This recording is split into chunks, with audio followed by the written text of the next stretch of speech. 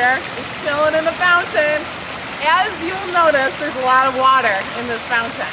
And water is a lot like the sacraments that we've received, whether it be baptism or, the cleansing that we receive when we go through reconciliation. There's also the Eucharist that we can experience this summer. This summer, I want you guys really to think about the sacraments that you can take part of. Can't keep quiet, gotta shout it out to you. We have amazing sacraments that you guys can take part of. One of those being confession. We've gone over confession a lot within our youth group nights, and you guys really need to take advantage of that this summer. Whether it be once a month or once every 2 months. Really try to focus on confession and where you guys have sinned, gone wrong, and try to make up for that. It's going to make you feel like a better person and that you can receive God's grace through the confession. Say it loud, say it loud. The other sacrament that you guys really should take part of is the Eucharist every week, if not more than that. I know sometimes it's a pain to try to go to church every week, especially when you're with your family, you want to go crazy sometimes, but really try to experience the sacrament of Eucharist every week.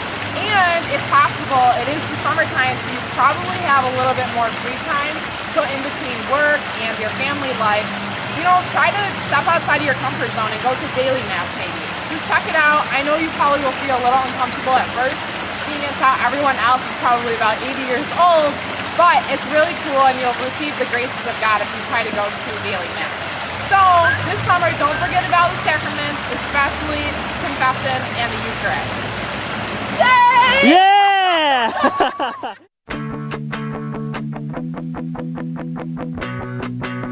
Place to talk about purity than at a baseball field.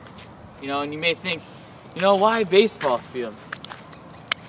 Well, in a relationship, you compare the base paths to a relationship. And right now I'm standing on first base. People, in today's world compare that, they use the bases as how far you go with your girlfriend or your boyfriend. In first base, I guess in the world's eyes is the first kiss. But in first base for you, in a Christian's mind, a first base would be, a hug, first hug, maybe praying together. It's not necessarily that first kiss. I reach first base. In a pure relationship, first base is friendship.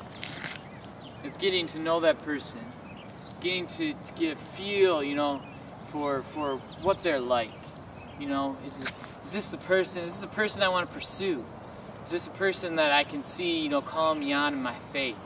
Is this a person, I can see myself with for the rest of our lives? It may sound crazy, but that's the point of, of a relationship.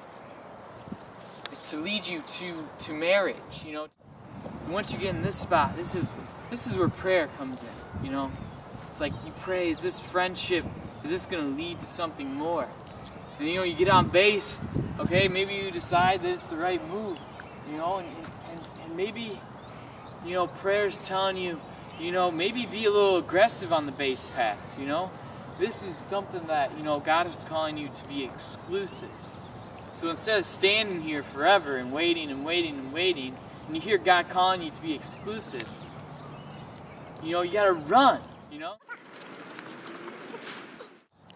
You get to exclusive, and what are people's, in this world, their thoughts of, an exclusive relationship is, well, they're together, they're exclusive, so, they probably, they can make out now, they can be places alone together, but, just a little warning, once you get to this part of your relationship, like I said, like I slid in here, you get here, you may not be clean. You may not be clean. The temptation of an exclusive relationship with somebody is just, sometimes it's more than we can handle. And we fall time and time again, and, and we get dirty, in sin, and temptation, and lust, and desire, and lustful desire. So you know what, you just gotta, get up, brush yourself off, and keep moving, you know? You gotta pray that if you got to this point and you felt called to get to this point, that you keep praying, that you remain pure and you fight for purity. You know, watch out for that person that God is calling you to be with. Pure eyes, pure heart. You know, the world's telling you, you're at second base, man. You're like, you're really physical right now. You're getting physical with your girlfriend. Christian point of view, second base, exclusive, but pure. World's eyes, second base is this is physical, man. You can just stay here and be physical with your girlfriend. No questions asked. But, if God's calling you to be pure, and He's calling you to be with this person, you can't be here at second base forever. Just exclusive, because you will fail and will become too physical. And that's all it will become, is a physical relationship. So we got to move on to third base. Engagement.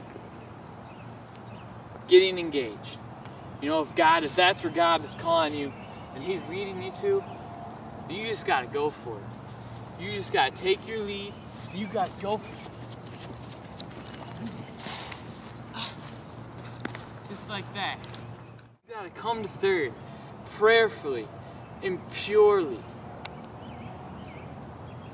People shouldn't be led here because, I'm really physical with my girlfriend, so, the next step should be marriage.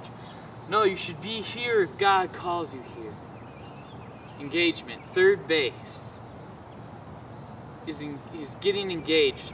The person that you have fallen in love with, from friendship to exclusively dating to the next step of being engaged. And it's going to be a struggle from first base to second base to third base, staying pure.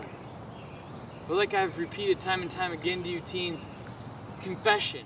It's all about being pure. And we all struggle and we all fail. And I understand that.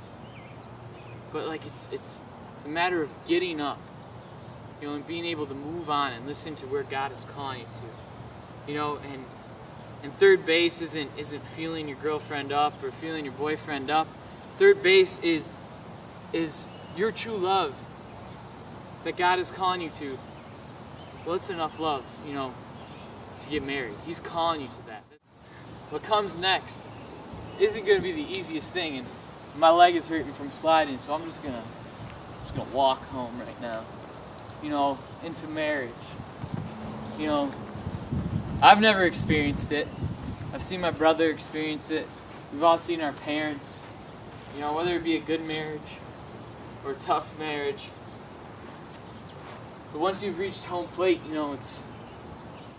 it's an uphill battle, but God is fighting that battle with you. Temptation doesn't, just go away. I'm married now. We have to make sure we keep our eyes, fixed. Fixed on what brought us all here. Home plate signifies marriage, and in the right context, if you run the bases, and there's that temptation, you get to home plate with your wife or your husband. I'm telling you, it is a home run. In the right context in marriage, if you reach home plate, especially, I'm telling you, especially with the temptation of being in an exclusive relationship, the temptation to say, you know what, I'm just throwing it all aside. I'm just going to do it right now. I tell you what, if you wait and you get to home plate, I tell you, in the right context, being able to give yourself to your partner and create life, you should. That's the whole point. You should be at home plate. Is for life. Is to give yourself to another person to create a new life. I'm just telling you, rounding all those bases, even though there's going to be temptation, in every step of the way, fighting that temptation and saying no to that urge to rev your engines and go too far, it's all worth it if you wait and get to this point.